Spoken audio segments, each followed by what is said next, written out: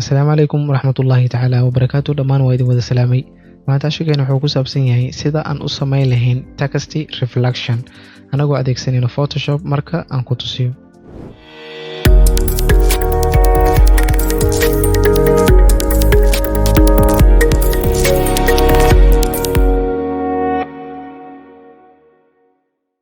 sidaad u jeedo background-kan waxaa idin soo dhigi doonaa qaybta hoose description-ka ayaad kala soo degi doontaa. marka hore waxaad dooranaysaa text tool ayaad dooranaysaa. markaad doorato kadibna waxaan qoraynaa qoraal qoraal yar ayaan qoraynaa. kadib waxaan dooranaynaa move toolka si aan u soo weyno size-ka farta. marka xogaar angleska ayaan ka soo yar weynaynaa anagoo soo jiideyno xogaar soo yar weynay. marka intan oo kale ayaan ku dhaafanaynaa.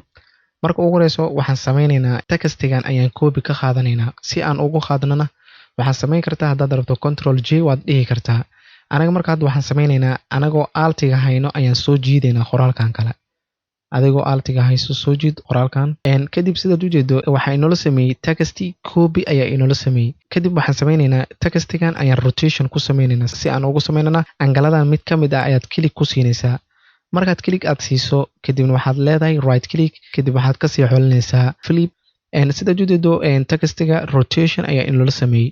kadib marka waxaan sameynaynaa textigan waxaan ka dhigaynaa mid dhulka yaala camal ayaan ka dhigaynaa. si aan ugu dhignana marka hore controlka ayaad qabanaysaa. markaad controlka aad qabato angleskan mid ka mid ah markaan imaano anaga midka waxaan imaanaynaa angleskan ay midka centerka ku jira ayaad tagaysaa.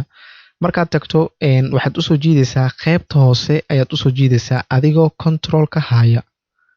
xogaar dhulka mid yaala camal ayaan ka dhigaynaa. marka sidan aad u sii samayso xogaar waxaad u sii dhaweynaysaa textigan kale ayaad u sii dhaweynaysaa. controlka sii qabo hoos u sii dhig yara dhaweey textiga.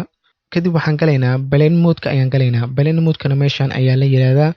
markaan blend mode-ka aan furno kadib waxaan ka sii xolanaynaa overlay markaan ka xolano kadib sidaad u jeedo xogaar textiga waxaa ku furan bright ayaa ku furan. brightkan xogaar si aan ugu baabi'inin waxaan galaynaa filter kadibna waxaad ka sii xolanaysaa blur kadib waxaad ka sii xolataa